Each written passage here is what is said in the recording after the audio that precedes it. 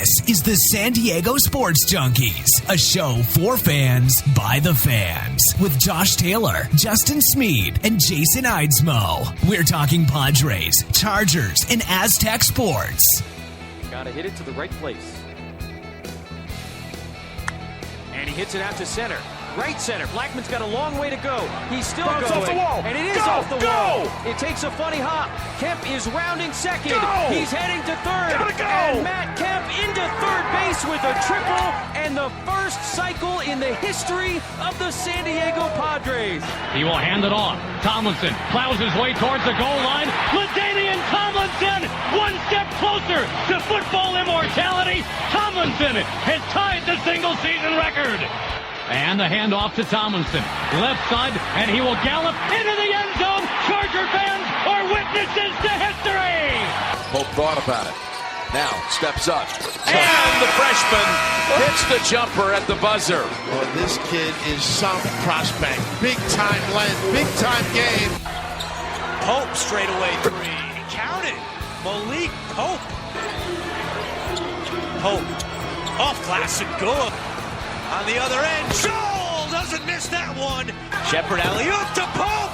He got up there. Oh, wow. It's time to let your voice be heard.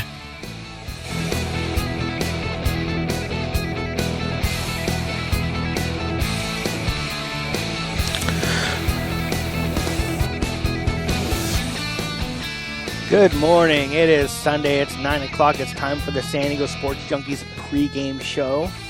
This is Jason Eidsmoe from the San Diego Sports Junkies, a show for the fans by the fans. And, of course, as usual, is what happens when you start to get late in the season. Our inactive list or our injury list gets longer and longer. Justin and Josh, I lost my mind there for a second. Justin and Josh are both unavailable this morning. Jake messaged in a little while ago. He is sick as well, so we're going to put him on the 1-week DL, designated to return next week. So we're going to keep this show short this morning because the game, of course, starts at 10 o'clock. Anybody who's listened before knows how much I hate the 10 o'clock games. So we're gonna try and keep this one short. We're gonna go over the Chargers on the offensive side of the ball, like always, and then the defensive side of the ball. Maybe have some predictions. Anybody out there listening, if you want to participate in the chat room, you all know how to do that. If you'd like to call in, phone lines are open, 619-866-4567. I see Hal is in the chat room. The first message I put up when the show started was, let's kick some Casey ass this morning. He got a good laugh out of that. Inactives today. For the people in the game, of course, Chargers just brought Brad Sorensen up because Rivers is dealing with a foot injury, but he's also sick. So I think that they wanted to make sure that they had coverage if he wasn't going to be able to play. Sorensen is inactive, so of course that means that Rivers is ready to go. This week, Stevie Johnson, he's been battling some injuries. So Stevie Johnson, I think it's a groin he's battling. Stevie Johnson's going to be inactive. DJ Fluker, of course, with the concussion. Be honest with you, I'm kind of moving over to the side of what Jake was saying earlier. I wouldn't mind to see DJ maybe sit out for the rest of the year and really, really get back in. The last thing we need is for him to get another concussion this year. Those brain injuries, that's all the rage right now. Everybody's talking about those. The last thing we want is him to get hurt again. Dontrell Inman, of course, almost got his head ripped off last game. He's still out. So, and then on the defensive side of the ball, we put Sean Lissamore is out, but we put a couple guys on the DL this week. Corey Leggett and Brandon Flowers, both out for the rest of the season. That means Darius Philon got reactivated. That's going to be really interesting. That's somebody that I think what we've seen so far from him as a rookie, I've been actually pretty impressed with. Not that he's the answer at defensive tackle, but I'd certainly like to see, what he has going forward for the rest of the season, kind of give us an idea what's going into next season, which sucks that we have to start thinking about next season right now. But that's the bottom line we have to. Cavell Connor is inactive. He's been inactive for a while. Greg Ducre in the secondary has been made inactive as well. One of the things that we got going on in Kansas City is we got lots of wind and lots of rain. And Hal in the chat room says he thinks the rain might help us.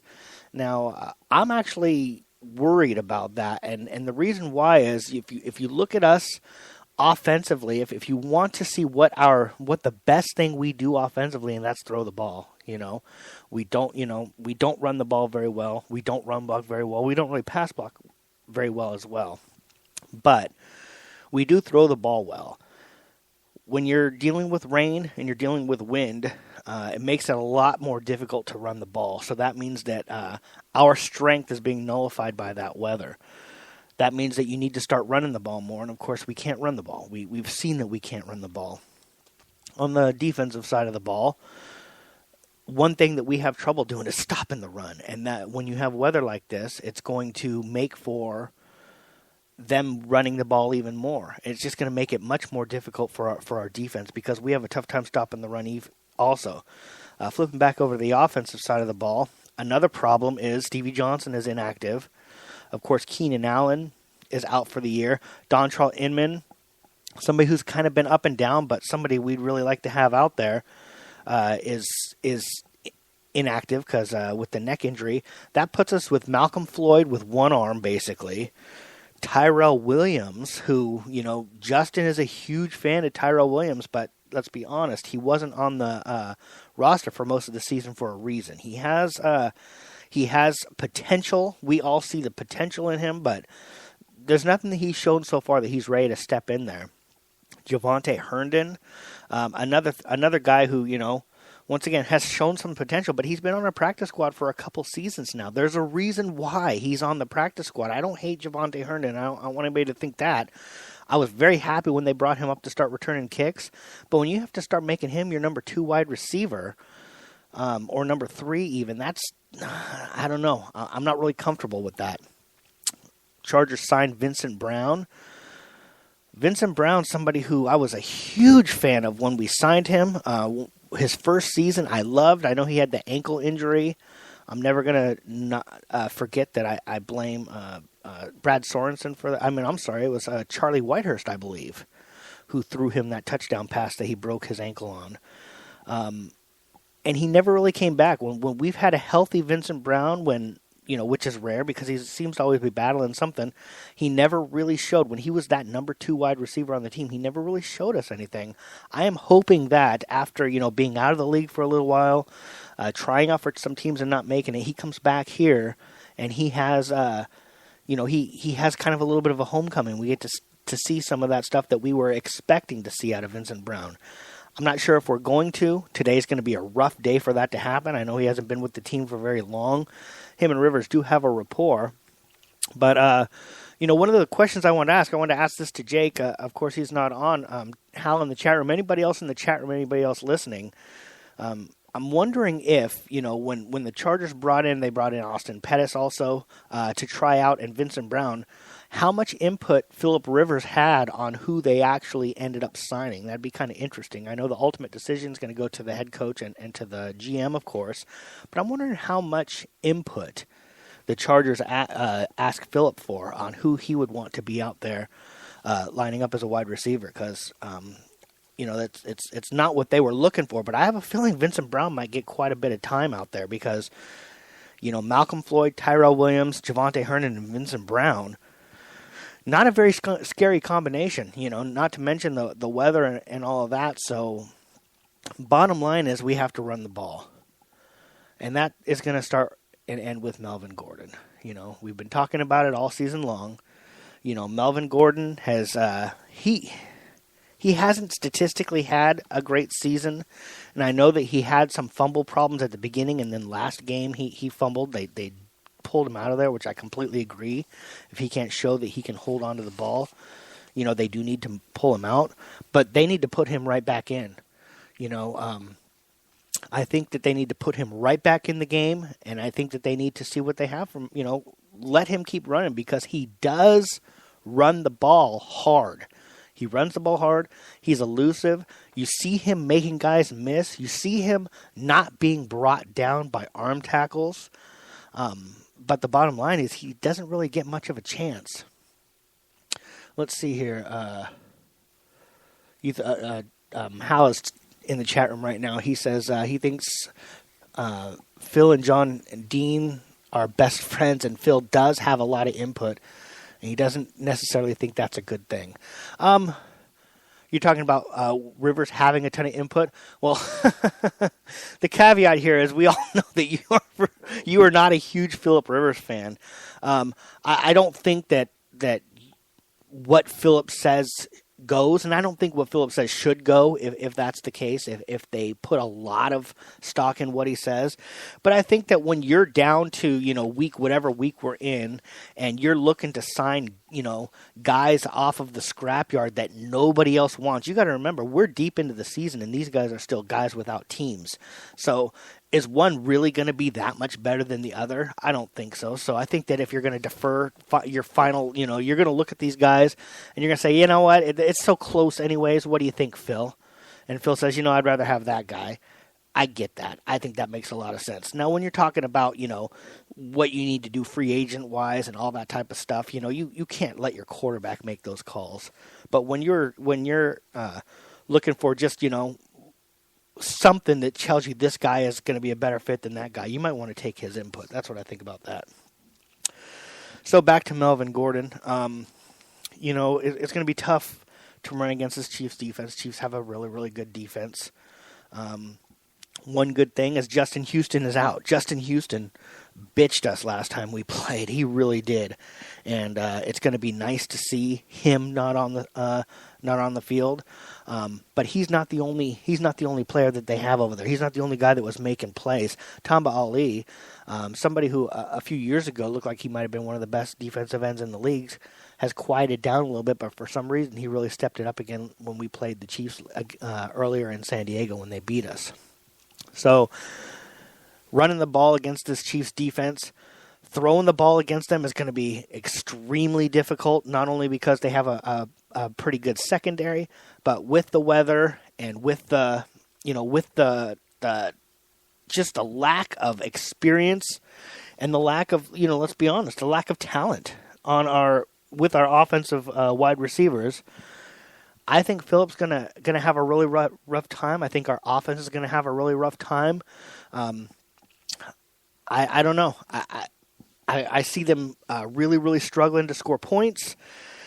Might come down to some Lambeau field goals, which another thing is going to be really rough to, get some long field goals. They're going to have to be short field goals with the wind and with the weather and all that. I'm going to take a quick break. When I come back, we're going to be talking about the Chargers on the defensive side of the ball. Like I said, we're going to be moving real quick today. We're going to try and get out of here relatively early so everybody can have a chance to watch the game. I'll be back in a couple minutes. We'll be talking about Chargers on defense.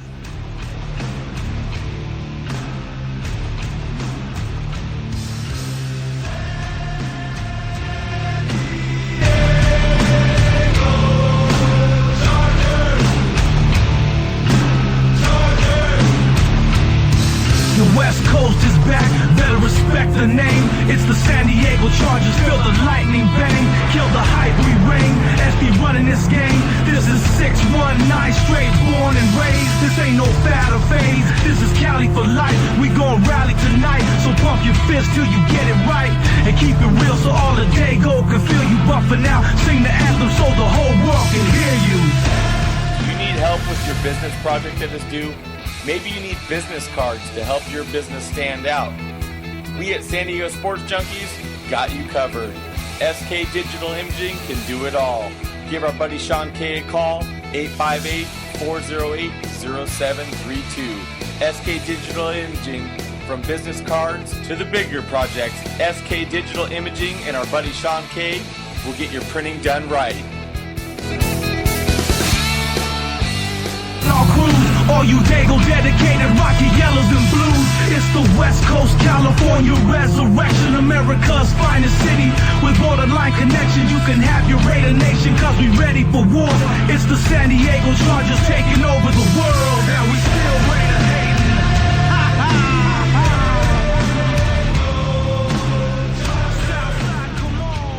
Well, I sure hope we're able to play this song still next year. Hopefully they they're still going to be the San Diego Chargers. This is a great theme song. I love the San Diego Supercharger song, which we'll be playing later on in the show, but this is such a song that can pump you up, and that's another thing we'll be losing if they're not the San Diego Chargers. Anyways, we're back. Jason from the San Diego Sports Junkies. Hal is in the chat room talking about Phillip Rivers and the things he doesn't like about Phillip Rivers. I love it, Hal. Chargers on defense. When the Chargers are on defense today, once again, I think the weather's going to have a big factor, and when you have weather like this, the offenses like to get a little bit more conservative. The offenses like to run the ball a lot more, and those are things that our defense has a really tough time stopping. Once again, on the other side, it's the same story.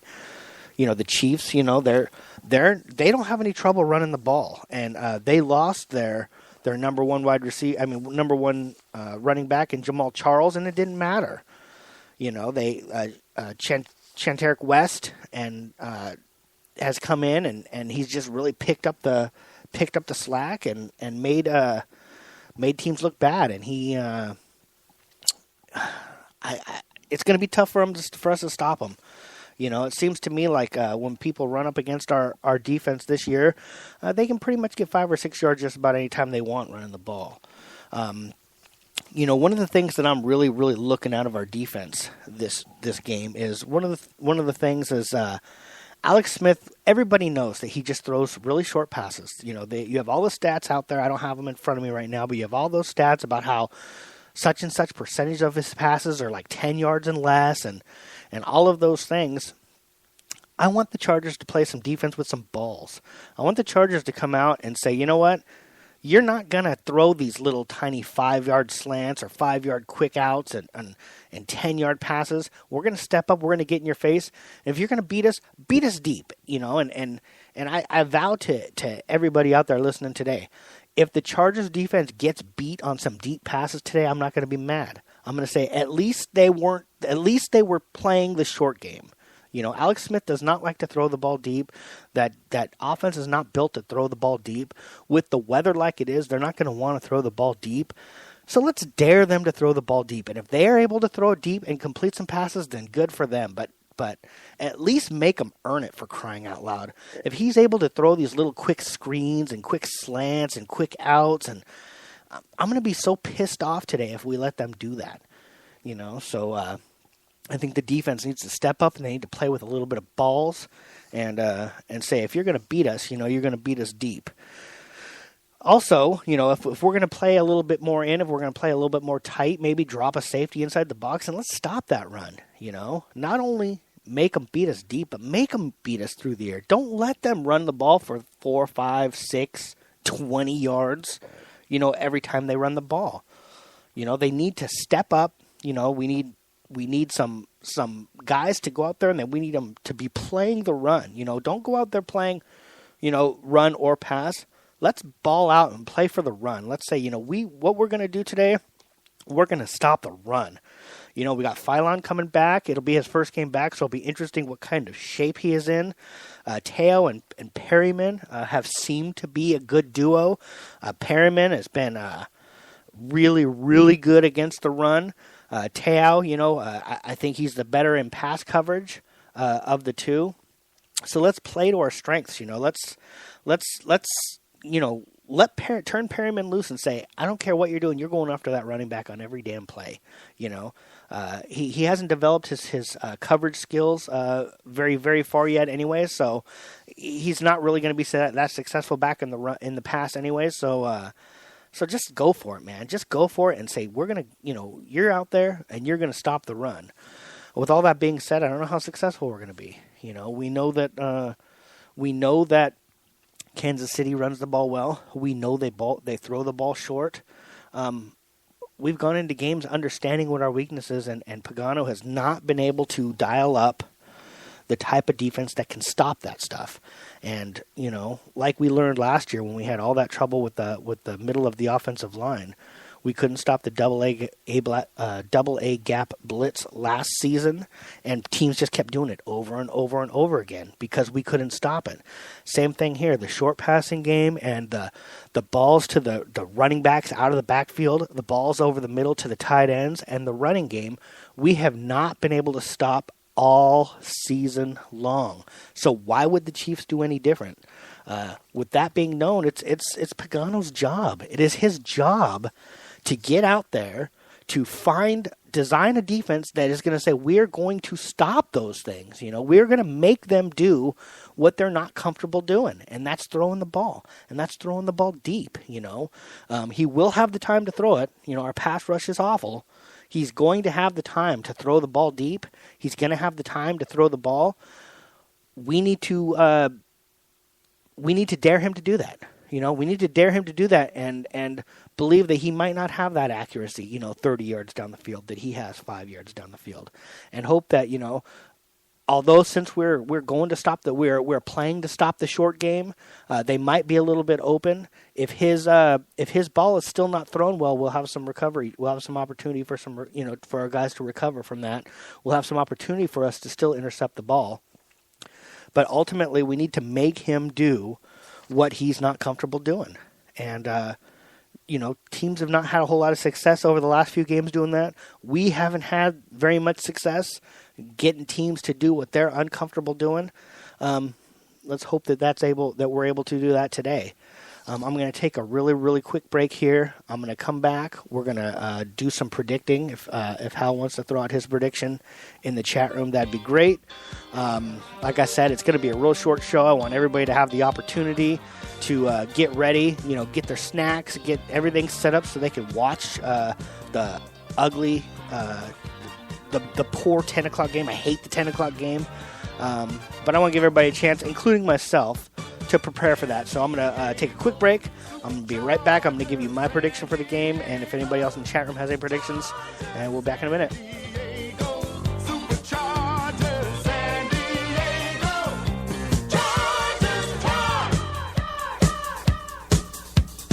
Coming your way, we're gonna dazzle you with our play. The time has come. We're shooting for number one. With thunderbolts and lightning, we'll light up the sky. We'll give it all we've got and more with the supercharged. Cali Comfort Barbecue in Spring Valley was built for West Coast Sunday morning football and fight night. Cali Comfort Barbecue has quickly become San Diego's slow smoke barbecue sports entertainment destination. Full service catering available for all your tailgating needs. CaliComfortSD.com. Thunderbolts and lightning, we'll light up the sky. We'll give it all we've got and more with the supercharged drive. Woo! San Diego Superchargers, San Diego Chargers, San Diego. We're back. It looks like Josh Hill just joined the chat room. I don't know how much you've caught earlier, Josh. We're actually making this a really, really quick show.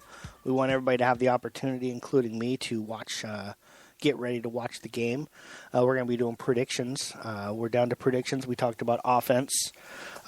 We talked about how the weather is going to affect the game, how it's going to force the Chargers offense. There's Hal right there. Let's get him in here. Hey, Hal, man, how's it going? Good. How are you? Good. Morning. So what do you think is going to happen today? I actually think we have a chance because of the weather, believe it or not. Really? And I actually think Gordon's going to get his first touchdown, believe it or not. I sure hope you're right. Now, with the weather, what's funny is the weather, the rain and the wind and the cold really, really play into portions of the game that offensively and defensively are our weaknesses, and that's running the ball. Offensively, that's of course been our weakness all year. Defensively, stopping the run. Does that concern you at all? The run always concerns me with our team, but I will say these short passes that Rivers does, these screen passes, I think that's the kind of game you're going to see I think the wind actually helps us on the defensive end with Alex Smith. If it's really windy, I just don't see Alex Smith taking chances throwing downfield. So I think it'll help the defense commit to stopping the run versus trying to figure out if they're going to run or pass. I think it'll change the style of play on both sides of the offenses, both for the Chargers and the Chiefs. So I think you're going to see a lot of running, a lot of short passes, which will help both defenses in terms of guessing what the offense is going to do. So I think you're just going to see a lot of running, a lot of short passes on both offenses. And I actually think, I'm hoping anyway, Gordon being from Wisconsin, that this weather actually helps. That's a good point. With his game. That's a good point. I never really thought about the fact that this is the type of weather he's a little bit more accustomed to, playing in Wisconsin and stuff. What do you think about the fact that what I said earlier, how I think that the Chargers need to almost dare Alex Smith to throw the ball deep, give that to him as an option. Have our corners and our safeties and our linebackers all play that short pass game and say, if Alex Smith is going to beat us, he needs to put that ball 25 yards in the air.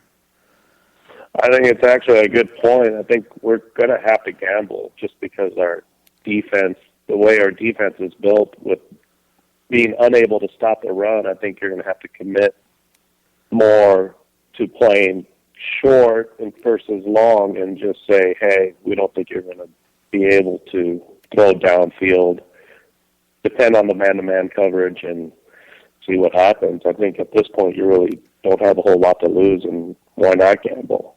Yeah, I agree with you. I think that you don't have a whole lot to lose, and let's gamble. Let's take those chances. Let's tighten this game up and like I said before, grab their balls and play balls out and say, this is we're gonna make you beat us. If he dinks and dunks down that field all game long, I will be pissed off watching this game, saying, God damn, we knew he was gonna do that, and we're not stopping it. Yeah, well, let's just hope that Pagano is smarter than that. If it's windy, I just don't see too many. The rain, if the wind dies down and it's raining, then I'll be a little more concerned. But if it continues to stay windy in KC, I just don't see either quarterback really taking too many chances downfield. And hopefully that'll help our offense and our defense in terms of what we can do. So I actually think we may pull out a win. I don't see a high-scoring game. I'm going to say 14-10 Chargers, and I haven't picked them in quite a while. Yeah, I'm really surprised. I actually, it's funny because one of the things that I've been doing this whole game is talking about how tough it's going to be for us to win, with all of these factors going against us. And I'm not just talking about the weather. I'm talking about who we got playing. I'm talking about how we've been playing and all that. And I'm on the other side of that, too. These are the type of games where you look at, and it looks like we have the disadvantage in every single situation, and those are the games that we win. Those seem to be the games that we win. I actually think the Chargers are going to win. I'm pretty close to you. I got them winning 23-10, and I think that I'm on board with what you say too. I got Melvin Gordon being the player of the game. I think he's going to come out and this is going to be a good game. He's going to score his first touchdown, maybe his first two touchdowns, and I think that we're going to come away from this game with a victory. Yeah, I'd say Jordan gets his first touchdown on a 15-yard short pass from Rivers. He's going to get a short pass from Rivers. He's going to run it 15 yards into the end zone. That's a good call. That's my prediction. Too. Now, let me ask you this. How worried are you with our, Malcolm Floyd, Tyrell Williams, Vincent Brown, and Javonte Herndon? Malcolm Floyd, of course, we're not worried about him except he only seems to have one arm. Tyrell Williams, right. Vincent Brown, and Javonte Herndon. Does that scare you at all that those are basically our wide receivers today? If we had perfect weather in KC, I wouldn't even think we had a chance this game. Yeah. So I think you're going to see a lot of Woodhead, a lot of Gordon. Is Donald Brown playing today? Yes, he's active. Okay, so I think you're going to see Donald Brown, Gordon, and Woodhead most of the day. And, you know, even an injured Malcolm, he's still going to draw attention. Whether he's a decoy or not, you still have to cover him. Because Rivers has shown, even with him injured, he's thrown the ball to him. Yeah. Hasn't been very productive, but, you know, when you're studying film, I think you're saying, well, they're still going to throw it to Malcolm. So he's always a threat. The other guy, what's his name? The practice squad guy, Herndon. Devontae Herndon? To me, he's a non-entity. There's no threat there. You know, the other guy, the ex-Charger, what's his name again? Vincent Brown? Vincent Brown. Who knows what's going to happen. I know. There. You know, flip a coin. You know, yeah. I couldn't tell you one way or another. He could have a game. You know, he could not. I mean, who knows? I know those two have a rapport, but you know, his history has shown that he hasn't been very productive as a football player. So anything's possible, I guess, but I wouldn't put my money on it.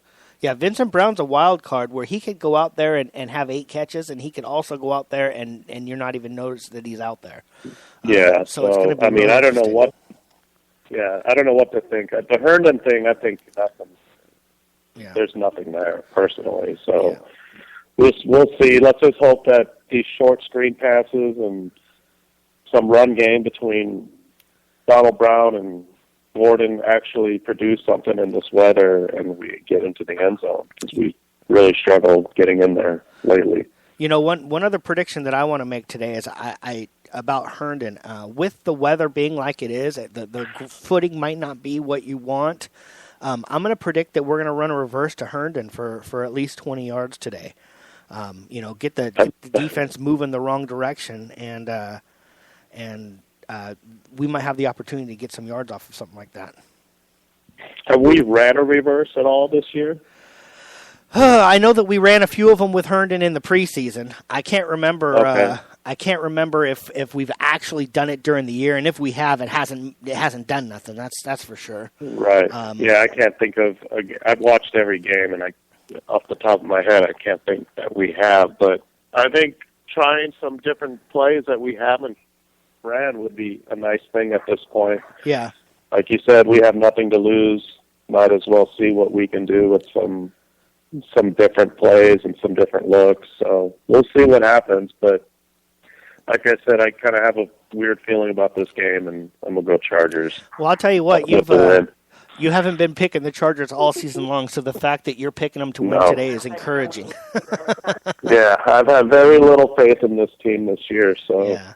I'll take a win over KC, even if it's a meaningless win. Yeah, I agree. All right, Hal, I appreciate what you're saying in the chat room, and like I've said before, I don't agree with you on everything that you say about Phillip Rivers, but I love what you bring. Thanks a lot for calling. We're still fans of the same team. Absolutely. That is absolutely right. We are fans of the same team. I appreciate it, man. I look forward to talking to you in the future. All right, buddy. Enjoy the game. All right, you too, Hal.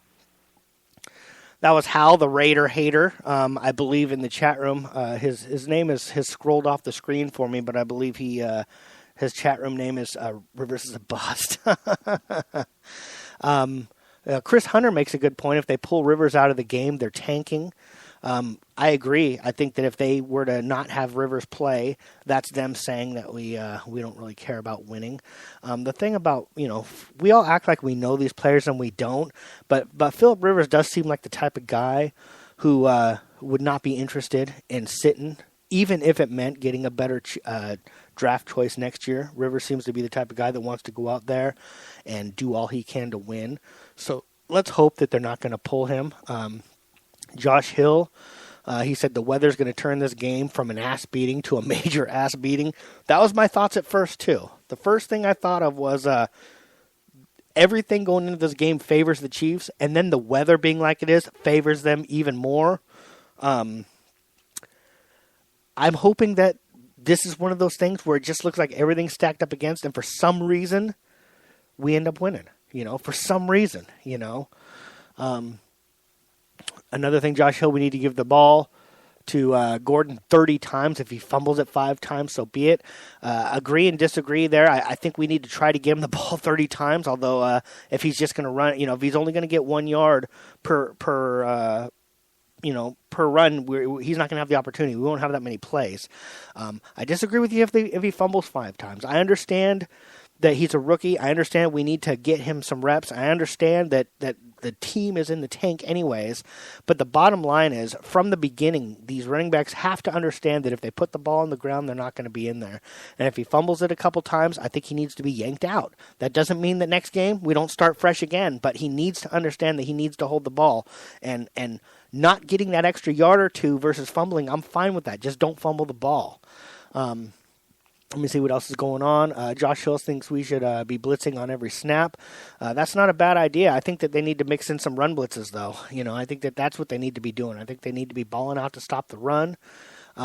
Blitzing against this team is, against the pass isn't always a great idea because he throws the ball so short. He gets rid of the ball so quickly anyways. I think we need to our linebackers to be dropping back into short coverage and stopping those slant passes. Josh Hill, 3 running backs all day, not good for Gordon. I'm wondering if he's talking about his stats, because I do think that they are going to be mixing in a lot of running. However, if Melvin Gordon is going out there getting 5 or 6 yards, on carries, they're not going to pull him out of the game. If Gordon is able to be successful, then they should. Then they should be. They'll keep getting him the ball, and he'll be the one. He'll be the bell cow today, and he'll be getting the ball. Josh also says to trust my gut. I think he's talking about with the weather. What's going to happen with the weather? Chris Hunter, flu-like symptoms won't stop him. I agree. Rivers is a tough guy, and flu-like symptoms. I agree. I don't think they will stop him either. So if they pull him out, I don't think that that's him. I don't think that that's him wanting to come out. I think that would be a management decision, and I'm completely against that. And the last thing, Josh Hill, do we really want to win? I'd like the number 1 pick for next year. We talk about this on the Wednesday show, but this is a good opportunity because we're not having any more Wednesday shows for the year. We're taking the rest of the year off for the holidays and all of that. So let's get into that real quick. Couple things. Number 1. Me personally, I just want to see wins. I love watching the Chargers, and I'm not willing to give up the last 4 games of the season. I need to see the Chargers go out there and win. I worry about the draft when it comes time for the draft. I don't want to worry about the draft when we got 4 games left. That's the first thing. The second thing, we can say this about our team, but it's also about the NFL. The NFL draft is so hit and miss that the number 1 pick is that what is the guarantee that guy's going to come in and be a game changer? I know that you're changing the odds. There is a better chance of you getting a game changer with the number 1 pick. But what guarantees that? Not only that, when we go back and we looked at the draft, some of the drafts that we've made recently, all the guys that they've completely missed on, what has this team done that tells you, you know what? They're going to go out there and they're going to make the wisest choice, and they're going to get a guy that's going to come in here and make a difference, There's no guarantees in that, Tanking to get the number 1 pick, just in sports in general, I think it's a poor way. It's a poor thing to do to your fans, and I want to see victories. We get 16 precious games a year, and whether we're out of the playoffs or not, I want to see some victories. I take pleasure when I see the Chargers beat teams that are trying to make the playoffs. When I see the Chargers knock teams out of the playoffs, that's the only thing that I have left this year, and I don't want to lose that. Let's see, what is Hal jumps in. If this is the last year they're in San Diego, I want the win and don't care about the draft for an LA team. That's a fantastic point, Hal. When we talk about the draft, who of us in here are even going to still be fans of the Chargers if they're the LA Chargers, Me personally, I'm on the fence still. I haven't decided. I'll have to see how everything goes down. I think that I'm still going to follow the Chargers to LA, to be honest with you. But I haven't fully figured out what I'm going to do yet. But the last thing we're worried about is getting the LA Chargers a better draft choice if this is their last year. And Josh Hill, Keenan, and Perryman are so far looking like our best picks from the last couple of years. And I don't want to forget Jason Verrett. I know that he's had the injury issues. When Jason Verrett is healthy, I'm sorry, there's not a better cornerback out there. There really isn't. This guy is a stud. Watch how he does not fall for the double move. And not only that, he does lack size. I will give you that. And so he can have, you'll see many times where he has good coverage, and he'll have good coverage on the guy, and the guy will still catch the ball because the guy's a little bit bigger than him. But another thing that he brings to the table that a lot of really good cornerbacks don't, he can tackle. And our defense does not have many guys out there that can actually tackle. Josh Hill just threw Jason Verrett out there. He can tackle, and we've seen so much missed tackling on this team. So I'm glad that Josh Hill did throw out Jason Verrett. I'm going to go ahead and we're going to go ahead and go right now. I want to get ready for the game. Hal did predict the Chargers were going to win 14-10. I have the Chargers winning today 23-10 with Melvin Gordon being the player of the game. It's just one of those games where it seems like the deck is completely stacked against us, and we have no chance of winning. We're 10-point underdogs. How often do you see that? I don't care how bad the Chargers have been. It's been a while since I've seen them be 10-point underdogs. Everything's lining up for them to lose, so this is the game they got to come out there and win. I'm going to go ahead and let everybody go once again. Thanks for joining me. Thanks, Josh Hill. Thank you, Hal, for calling in. Thanks, everybody else in the chat room. Let's go and get a victory. Let's not worry about the draft. Let's get a victory. Go Bolts.